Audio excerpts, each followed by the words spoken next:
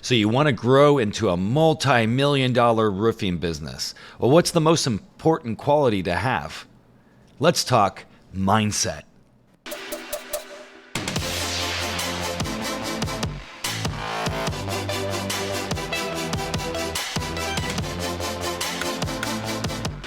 Hi, this is Daniel Quentin Lakstins, and you're listening to the Roofing Business Builder podcast, brought to you by Roofing Business Builder, the program. Now, I have had 30 years of experience in the roofing industry, and I am your personal commercial roofing guru.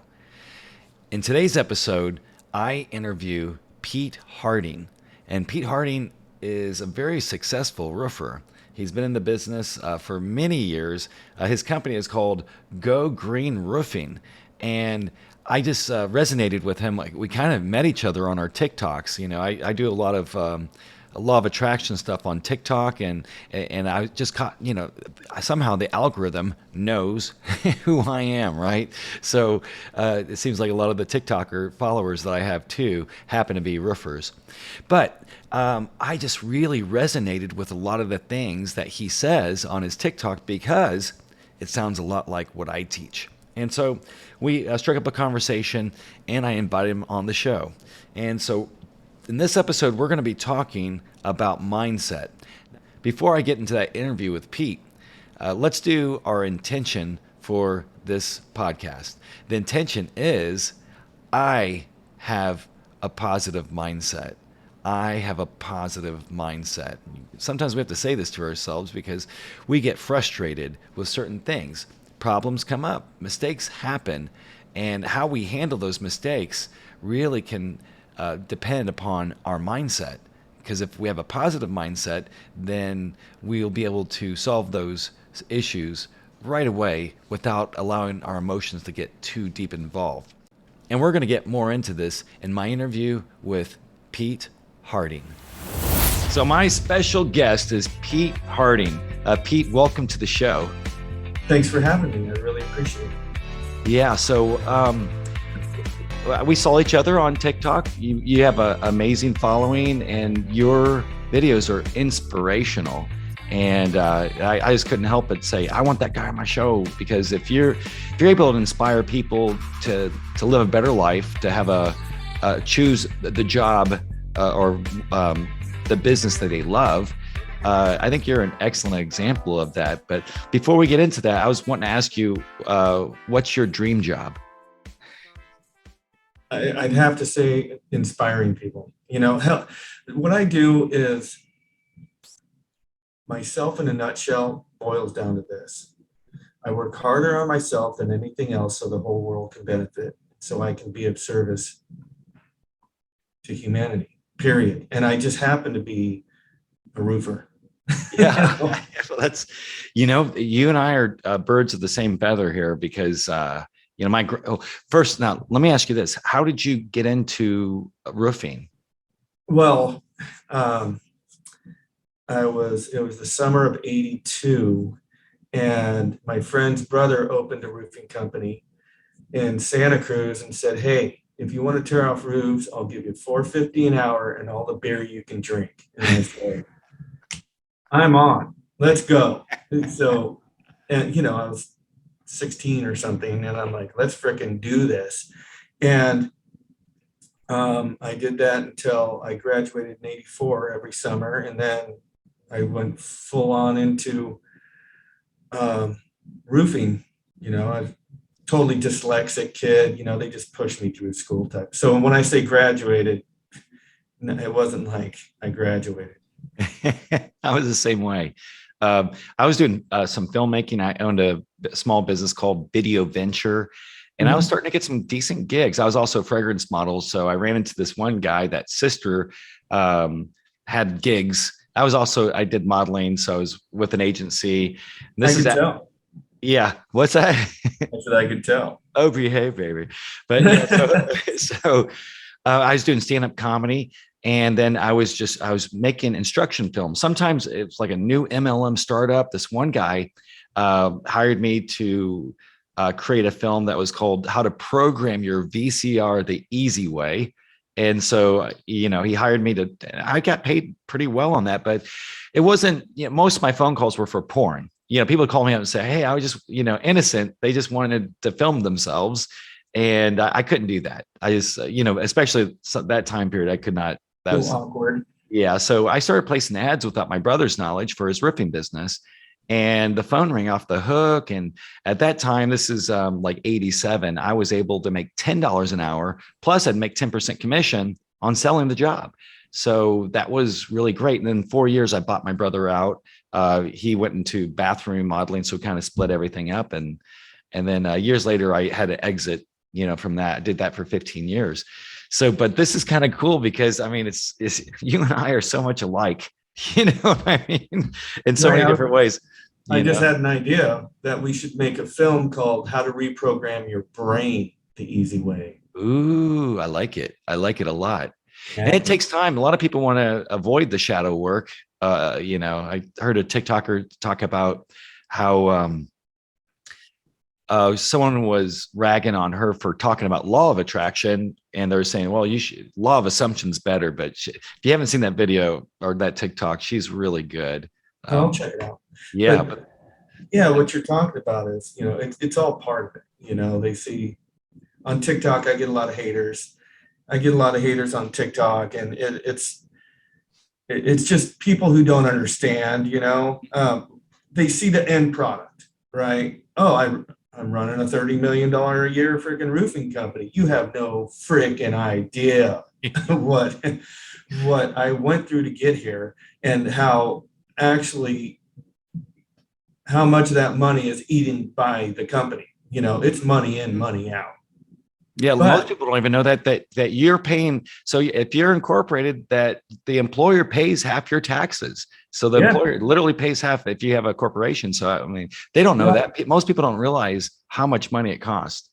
It's enormous. So the amount of money, then you have workers' comp, then you have insurance, all this crazy stuff. And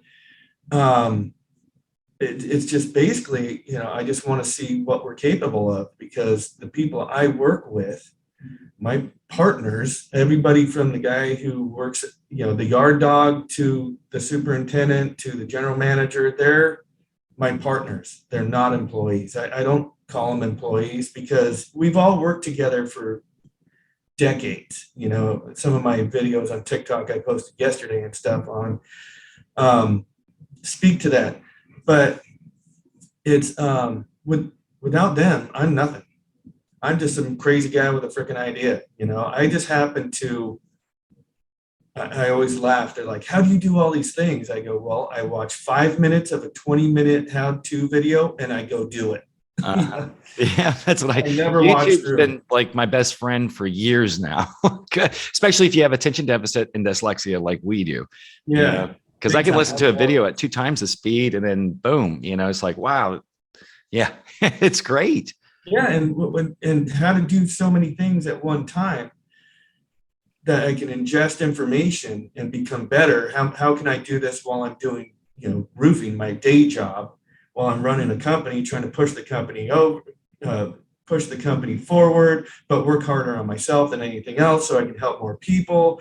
It's freaking madness. And it's not for the faint of heart, because you are going to become somebody you have no idea what that person looks like, right? And I am absolutely blessed to be able to do that. And now I grasp it and I see it after all of these years, and I just work on it. And, you talk to people who don't understand, like if I was talking to somebody other than you, then their eyes start to roll back in their head and they're like, this guy is freaking nuts.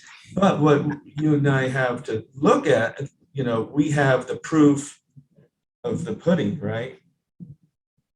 I have a large company that actually does a lot of work throughout all the Western United States or the whole United States, if it makes sense for me and my client.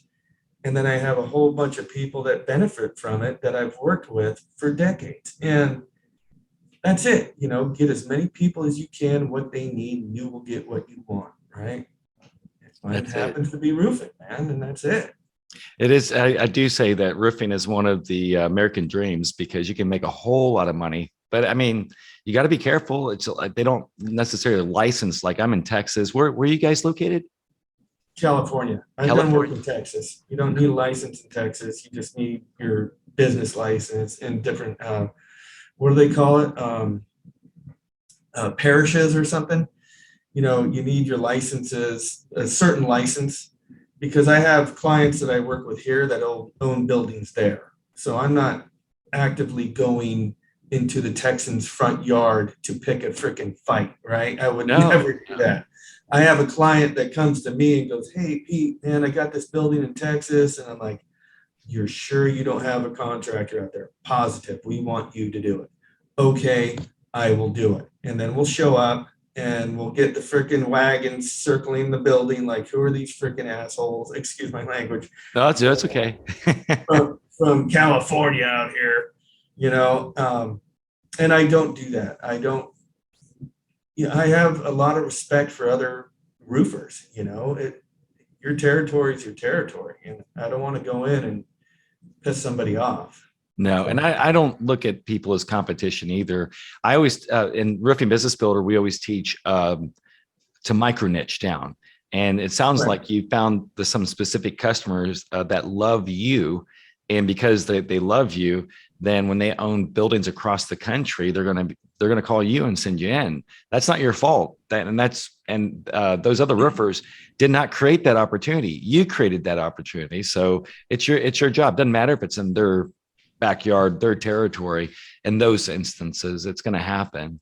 But yeah, I'm always teaching, develop really close relationships with people that own multiple buildings.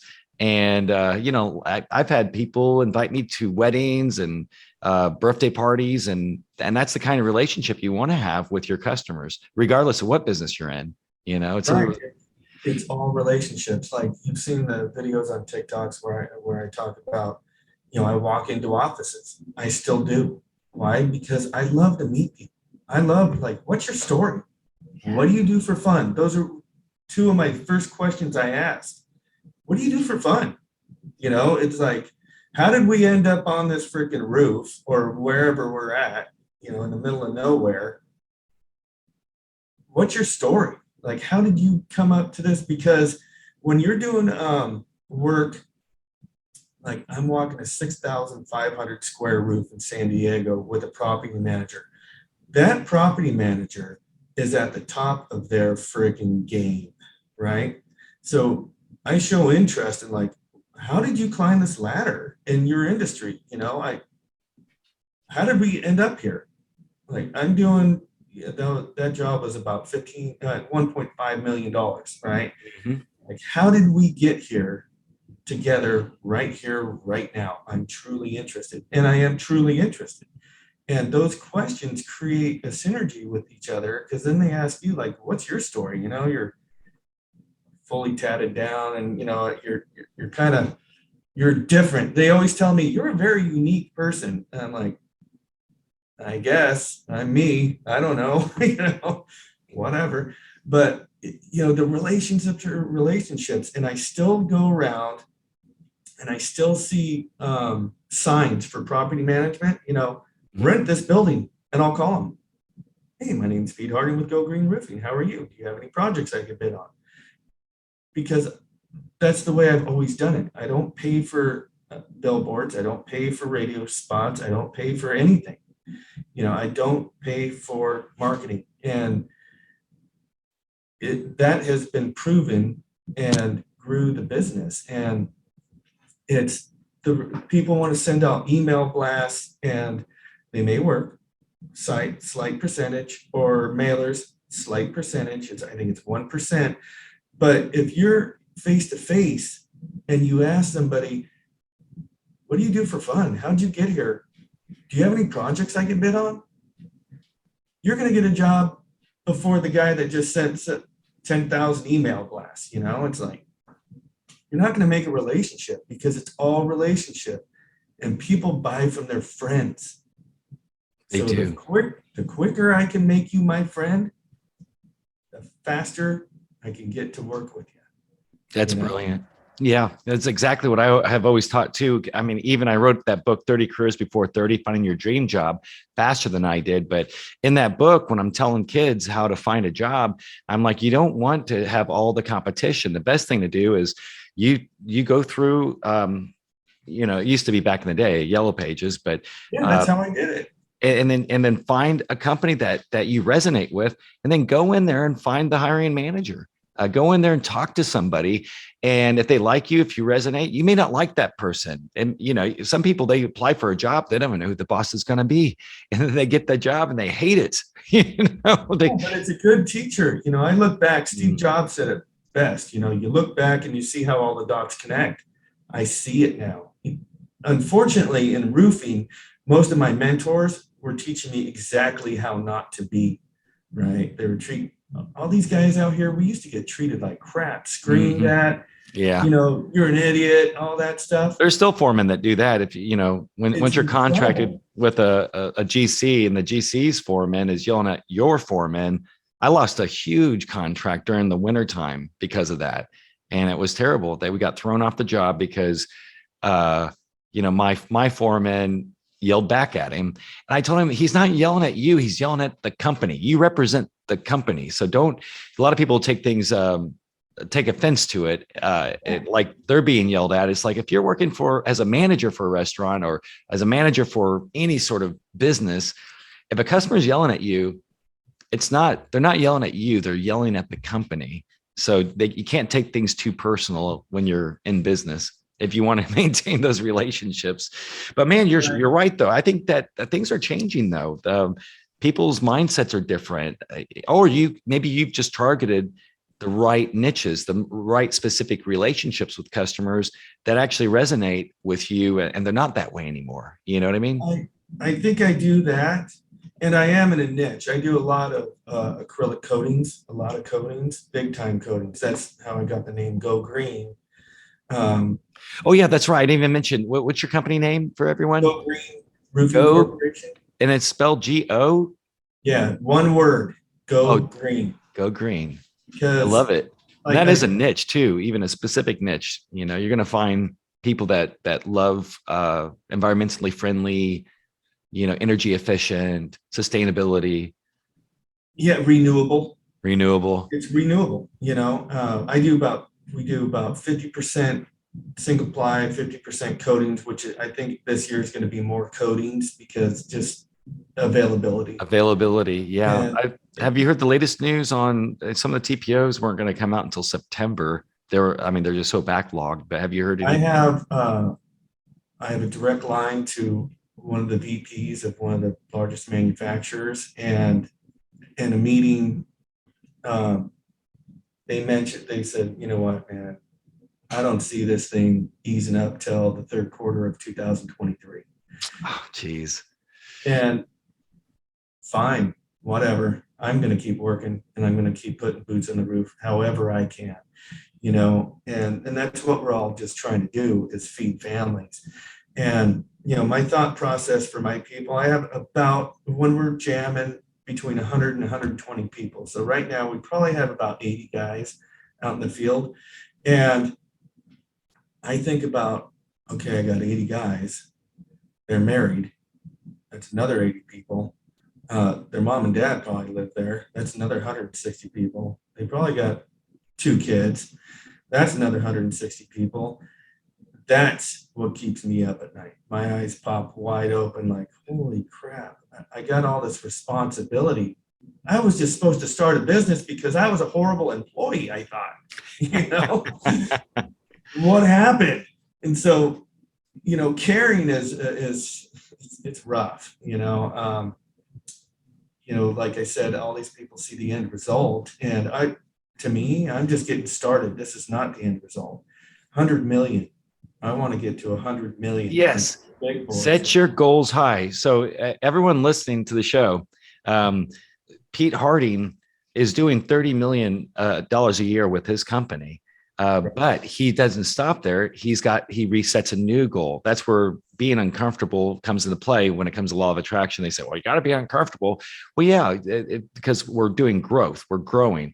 And just think of how many people he just mentioned We're getting close to 1,000 people that depend on the paycheck from this company. from that company. Insane. So let's talk about that, the goal setting a little bit. So when I started the company, I had a goal of $20 million.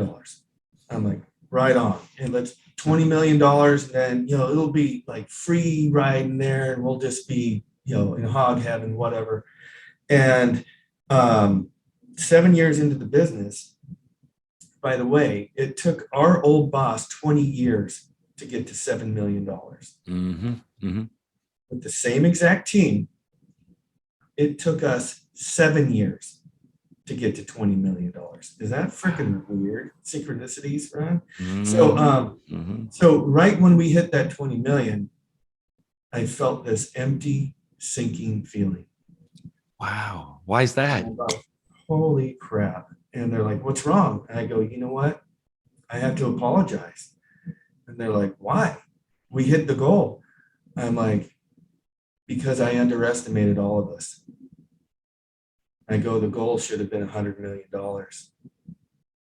I'm sorry. I as a leader, I failed you. I go, but believe me, it's never going to happen again. So, and that was just before COVID. And then COVID hit, and then we're, learning all this new stuff on how to get material. But the new goal never ended because, my goals are like the Cinemarks, the big boys that I always see at the top of the mountain, right? And I know they got their headaches like massive. Like, do you really want to do 100 million, dude? Yeah, I do, because we all die. I want to know I gave it my best. And I want to know that I drew out the best out of everybody. So when I'm dead and buried, they're going, that crazy stuff Mr. Pete, they call me Mr. Pete, used to do. That dude was a cool guy. That's all I want, fine. And I don't even want that. Like, hey, remember that Christmas dinner? Every year I buy everybody's dinner for their families. Every year. And it's like, that was cool, man, amongst massive bonus checks. But, at the end of the day, that goal setting, if I have an idea and I take it to somebody and I tell them the idea, and they look at me and they go, that's doable. I know that idea is not even at that. I'm like, damn, I want them to go, are you freaking crazy? You can't do that. Then that's the idea. That's what I want to do. If I come to you and I go, hey, bro, I got this idea, and you go, oh my God, there's no way you'll ever be able to do that. That's insane. That's the one you want to invest in. That's what you want to do. We're only here one time. You're damned if you do, and you're damned if you don't. Because guess what? If you have that idea and you don't do it, and you're on your deathbed, guess what you're going to be thinking about? It could be that, and I don't want to find out. I love it. That's really cool. And your passion is contagious too.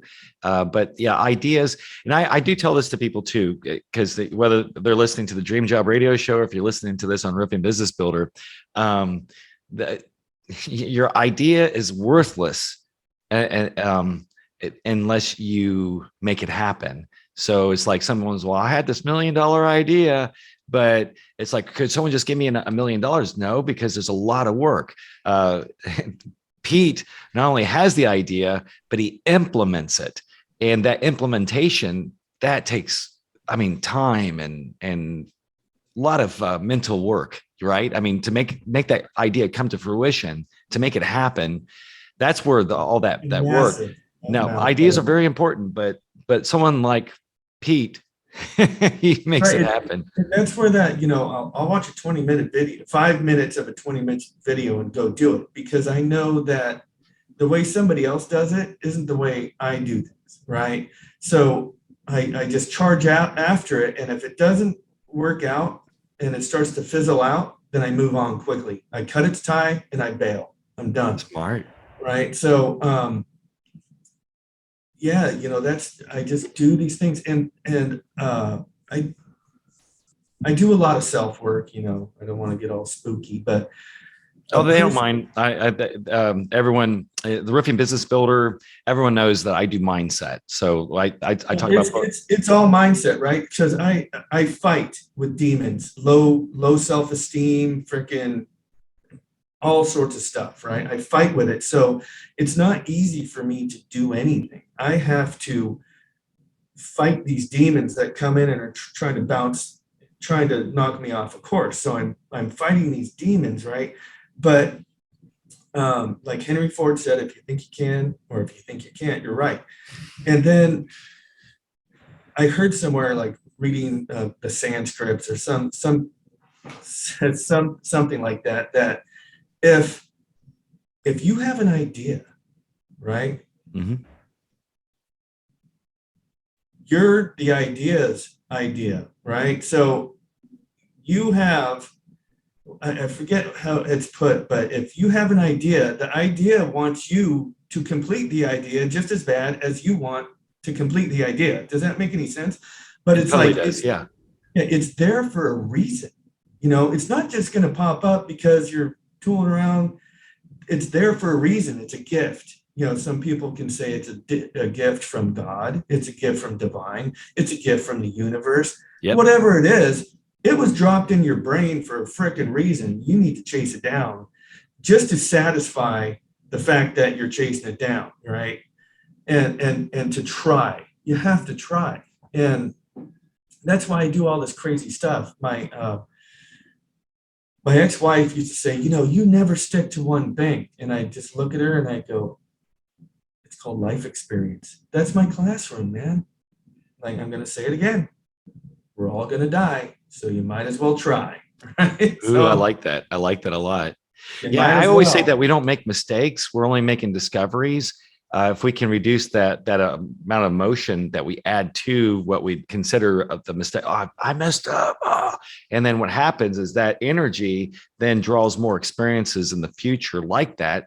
And in reality, if you're a scientist and you're just like it's just something simple. It's like, I don't know if this is going to work. Well, we could try these two ways. And you try the one way, that didn't work. And you try the other one. Well, this does work. But you don't have this emotion about it saying, oh, I messed up. I can't believe I did that. You're like, come on, man. No one messed up. We made a decision and we tried it. It didn't work. But I'm not going to allow my emotions to be majorly affected by that, because there's so many discoveries. That's what life's all about, is discovering what works. And, a child doesn't cry. Well, it does. If it falls down and scrapes its knee, it's not thinking about praying for forgiveness because it made a mistake. No, Michael Jordan or who's LeBron James, I'm sure none of these guys notice when they make, they're like, that's not me. And then they shoot the next one. They go, ooh, that's me. Swish. You know what I mean? Yeah, there's so many different things, it's like TikTok. I put up a 7-second video. Because of that video, I became one of the 13 roofing contractors for a huge box store in the United States. So Really? Yeah, it's insane. Wow. So what happened is I stepped up to the plate and TikTok took a swing and hit a freaking home run. Right? Yeah, you did. But how many times do you strike out? More times than you hit a home run. The best player freaking strikes out 90% of the times, right? Mm-hmm. And look at the batting averages. I mean, the very best make a lot of failures. 1 out of 300, right? Yeah, right. That's awesome. But they're still the best of the best. So but they're not thinking, if they gave too much attention to that they missed that, or they struck out. People are looking at the home run. They're not looking at how many times they struck out, right? Yes. And it's just incredible that people like see the end result of your eye, and say, oh, they're successful. It's like, well, I could be successful with nothing except for freedom, sitting on a beach somewhere. Yeah. No money in my pocket. That's success, right?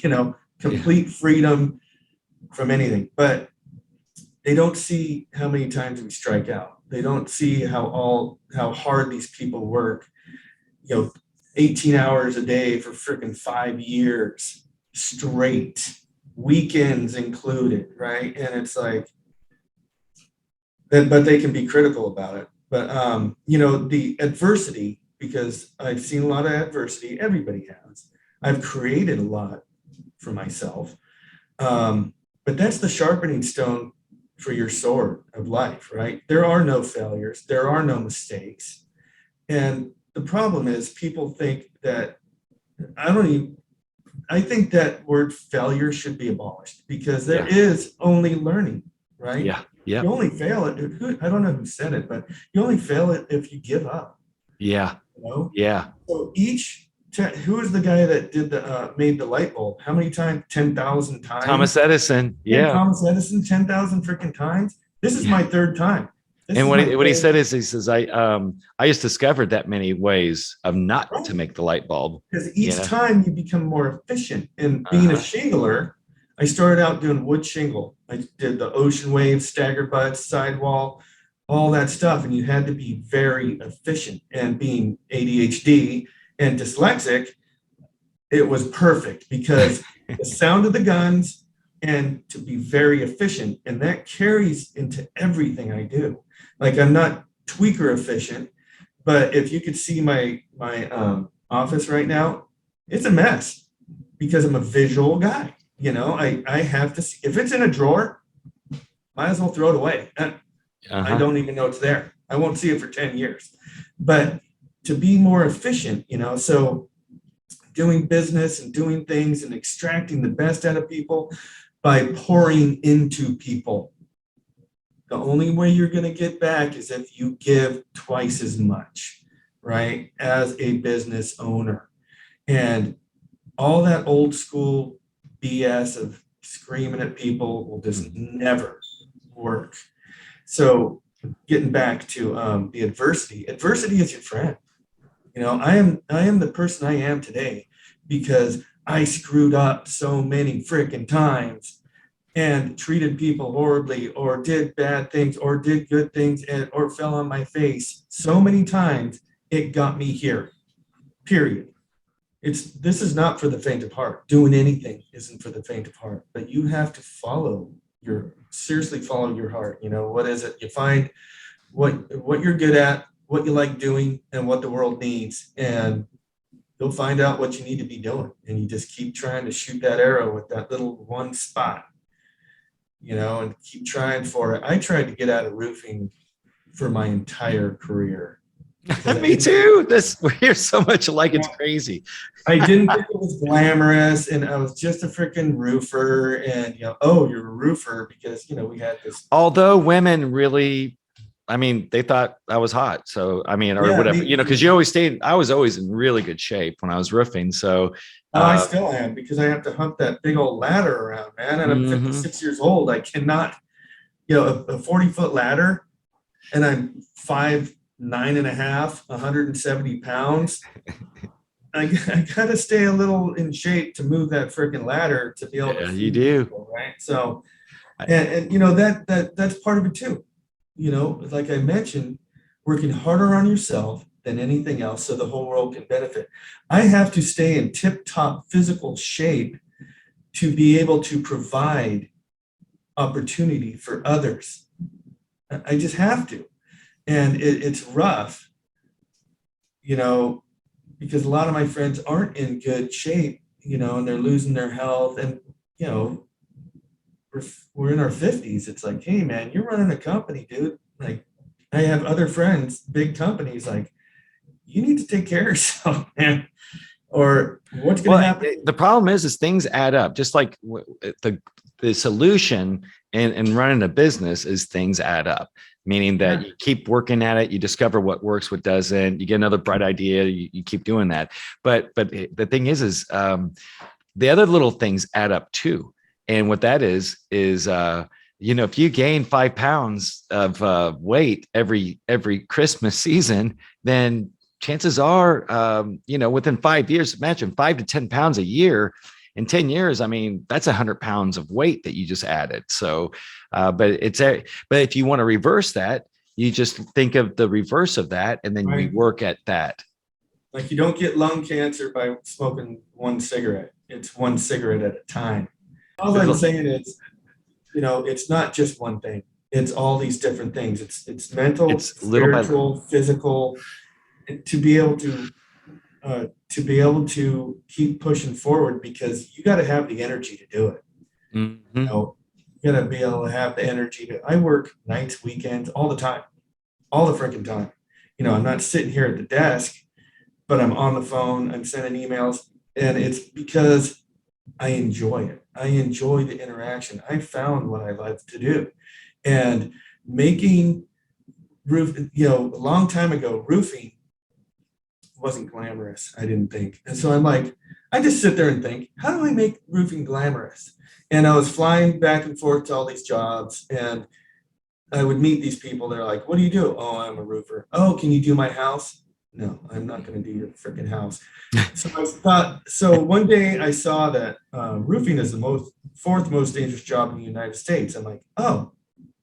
So this next person asked me, what do you do? I go, I protect billions of dollars of industry while performing the fourth most dangerous job in the United States. And they're like, oh my God, what are you, CIA or FBI? I'm like, no, I'm a roofer. Thank you very much. And you're welcome. I love that.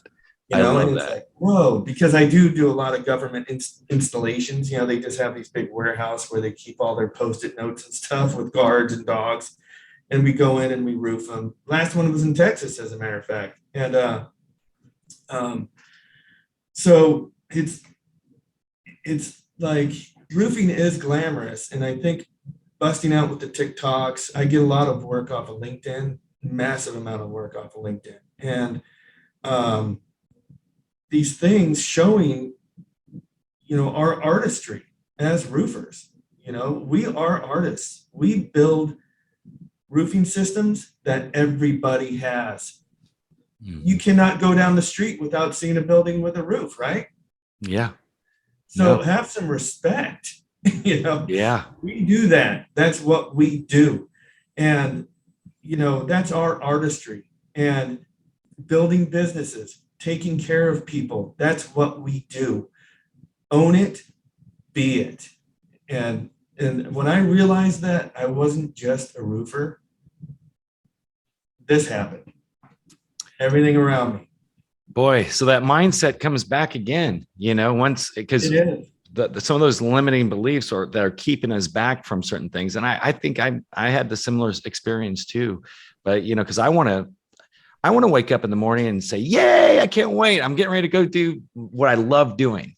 And finding the path to that is what you found. And I really appreciate that, how you express that, because it does. I mean, you have a passion. I was also one of the ones that was trying to escape the roofing industry my whole life. Oh, my whole life. But once roofing, you don't find roofing. Roofing finds you. That's what happened. Yeah. Guy offered me a bunch of Coors. I'm like, sure. That's what happened to me. Beers all day. Yeah. And then I'm in the Silicon Valley, and granted I was horrible at school, but my friends who weren't are making 6 figures a month selling software and stuff. And I'm going, I want to do that, but no company out here will even pay you any attention if you only have a high school degree, right? A high school diploma. And I barely had that. I had like 1.8 GPA or something, and it's like a nightmare. So I kept trying to do that or try other things because roofing wasn't glamorous. Then I just thought, you know what? I'm damn good at this. I can do ocean waves. I can do stagger butt. I can do hot tar. I can do every type of freaking roofing there is. And these people are afraid to do it because it's hard. We do the fourth most dangerous job in the United States and make it look freaking good. Mm-hmm. That's something to have some pride over, man. You bring fabulous to the roofing industry. I love it. If we could get roofing, like residential roofing colors that we can change for the season, just think how much more the material manufacturers would love us. If we could change, oh, look, it's springtime, we got to put our spring roof color on. I think it's pretty funny. Like probably not going to ever happen. But It might. I had different designs, and I hold a patent too, so I have that creativity. But I have where a the patent. walls, you could change your walls quickly. And I also have an idea I'd love to talk to Elon Musk about.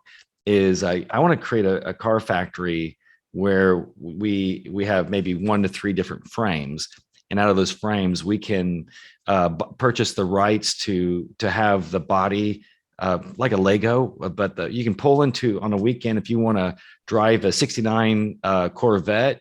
As long as you have your frame, you can pull in there with a 57 Chevy, as long as you're paying the licensing fee for that. And then boom, that you could, so the frame is all the same, but you can trade out the bodies Yeah. on Well, it. see, And you can it's trade the out the same, seats too. It's kind of like same premise. yeah. So where I saw this was as I was watching a thing about cars and about how they started back in the 50s and 60s, started marketing to women, right? And they would market the color of the car, and they would have this beautiful lady there in this beautiful gown that was this really distinct color, because this sounded so weird. But women were starting to come up in the public and starting to be able to buy their own cars. So they were marketing these colors to them, like, being glamorous. I'm like, oh my God, that is such a great idea. Well, Pete, it was such a pleasure having you on the show. I mean, you're passionate, you're a success, and you're actually growing still. So it's like a lot of people would say, "Oh, I met the peak," but anyways. But thank you so much for coming on and sharing so many great ideas, and especially helping people to understand how mindset is so important, and whether you're an entrepreneur or whatever you're doing in your life. But thank you so much, Pete. Thank you. And with that mindset, no matter what age we are, we're just getting started. Ooh, I like that. All right. We'll see you all. Peace. Thanks, buddy. I'll talk to you later. Truly enjoyed interviewing Pete Harden, because he's an amazing guy and he's inspiring people. And I want the same for you. So you, as the roofer listening to this program, I want you to be an inspiration to all your employees, to your customers. And I hope this has been as encouraging for you as it was for me. So now it's time for Did You Know? Did you know that you'll have to do a few things to increase your employee retention? Employee retention. You do realize that you spend a lot of money when it comes to training people. And once they're trained, if they happen to jump ship and go somewhere else, well, you paid for the training, and yet they're gone. So what are some ways that you can maintain your employees or retain them in your company? Retention. Well, a few simple things. One would be to develop those SOPs, if you haven't done so already, those standard operating procedures. Make videos, and that'll save you a lot of time too. But there's a report that said 21% more revenue because of employee retention that you can save just by making some training videos. And then you'll be able to tweak those training videos down the road if there's a need to add more to it. So that's one. There are other things that you can do.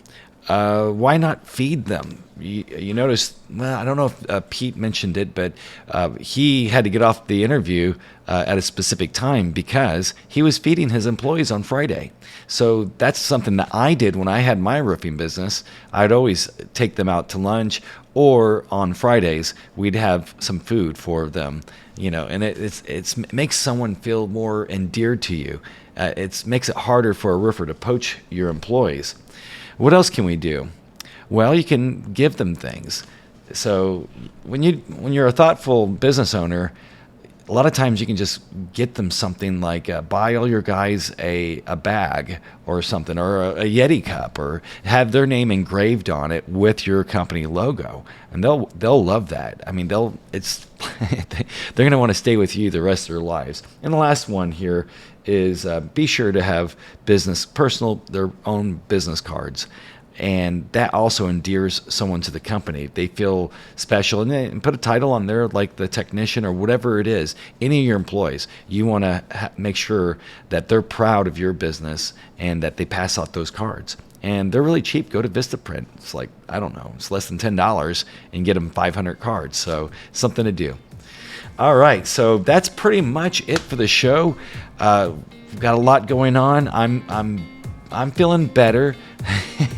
The past several months, yes, I've been going through some tough times. I might mention it in the next show. But yeah, Leah and I split up, and love her to death, and she loves me, and it's all amicable, and things are going to work out great. But I bless her for this new journey that she's starting, which is also a new journey for me. And so you still got me, and I'll keep making content for you so that way we can grow our businesses together.